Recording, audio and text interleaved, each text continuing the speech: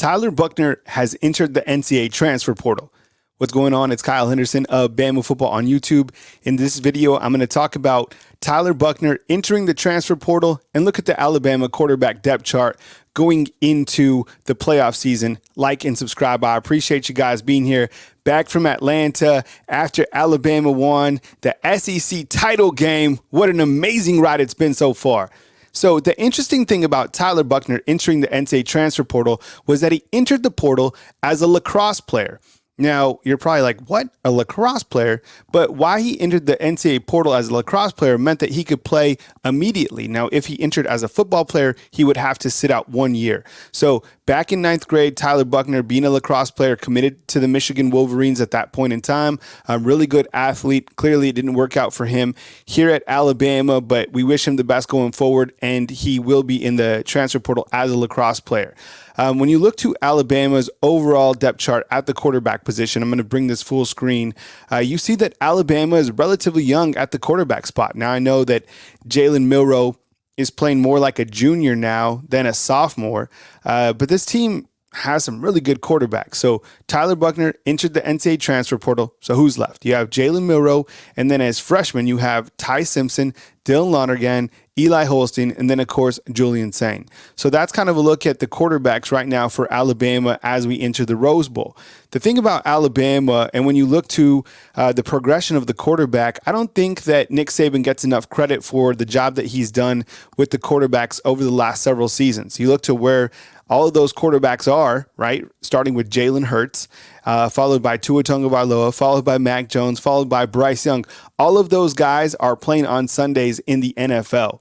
And I think it's been really impressive how Coach Saban has moved his offense from kind of a big running game, right? You're used to, there was a time period where he was winning national titles with big imposing running backs, Trent Richardson, Derrick Henry, Mark Ingram. And then he went to developing the quarterbacks. And that started around 2015, 2016. And I'm talking about quarterbacks who became elite, guys that are playing at the highest level. So now when you look to Alabama, if you're a quarterback, like a five-star Julian Sain, you want to come out to Alabama, not only because you have the weapons to work with, but because of Alabama's offense. I think that one of the things that's been impressive about Coach Saban is how he's been able to evolve with the times, right? You look to Alabama's offense now, very balanced approach.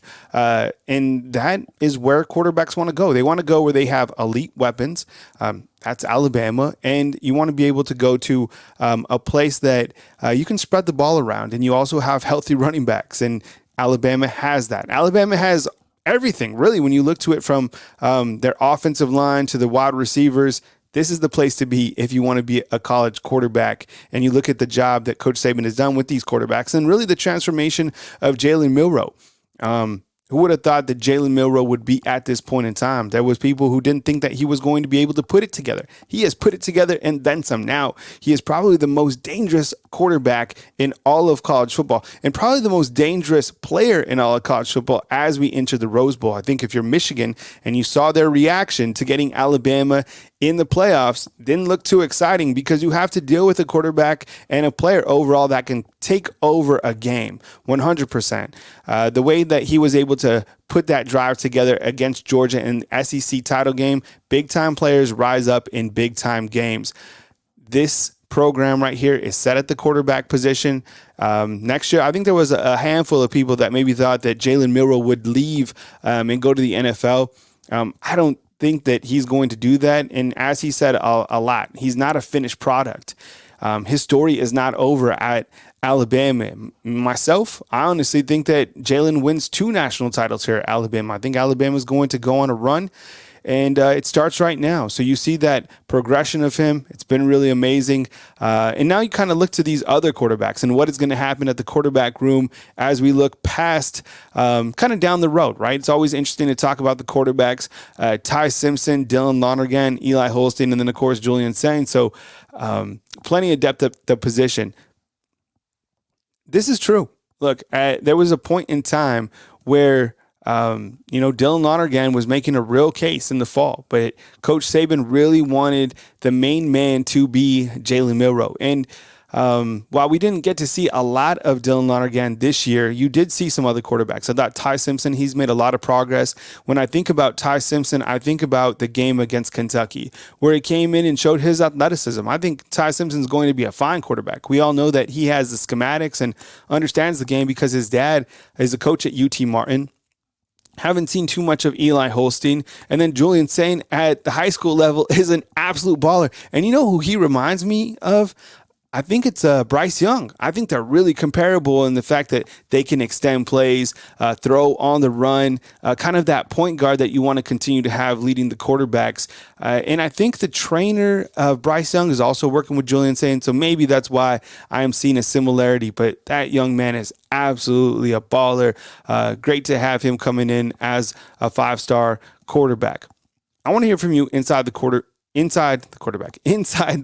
box. What do you think about this quarterback room right now? The quarterbacks in the past, the Mount Rushmore of quarterbacks at Alabama, and the quarterbacks that are coming up here at Alabama.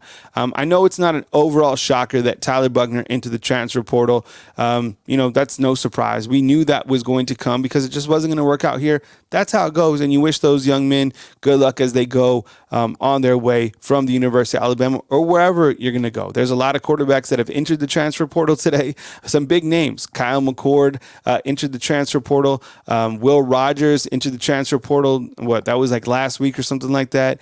Block Vandergriff out of Georgia. Dylan Gabriel, he also entered the NCAA transfer portal. I thought that was one of the more interesting names so far to enter the NCAA transfer portal. In my opinion, I think that Dylan Gabriel's an absolute baller. With Oklahoma coming to the SEC next season, that he could have played on a continuing high-level stage. I really like his game. What do you think about some of the quarterbacks that have entered the NCAA transfer portal? I think Tyler Van Dyke as well. I think I saw a landing spot for Will Rogers, maybe Washington. And with Michael Penix leaving Washington after this season, that seems like a likely case. But there's a lot of quarterbacks kind of shifting around and a lot of quarterback news that we want to talk about, right? Like Caleb Williams for USC. Has decided not to play in this year's bowl game for USC. It happens.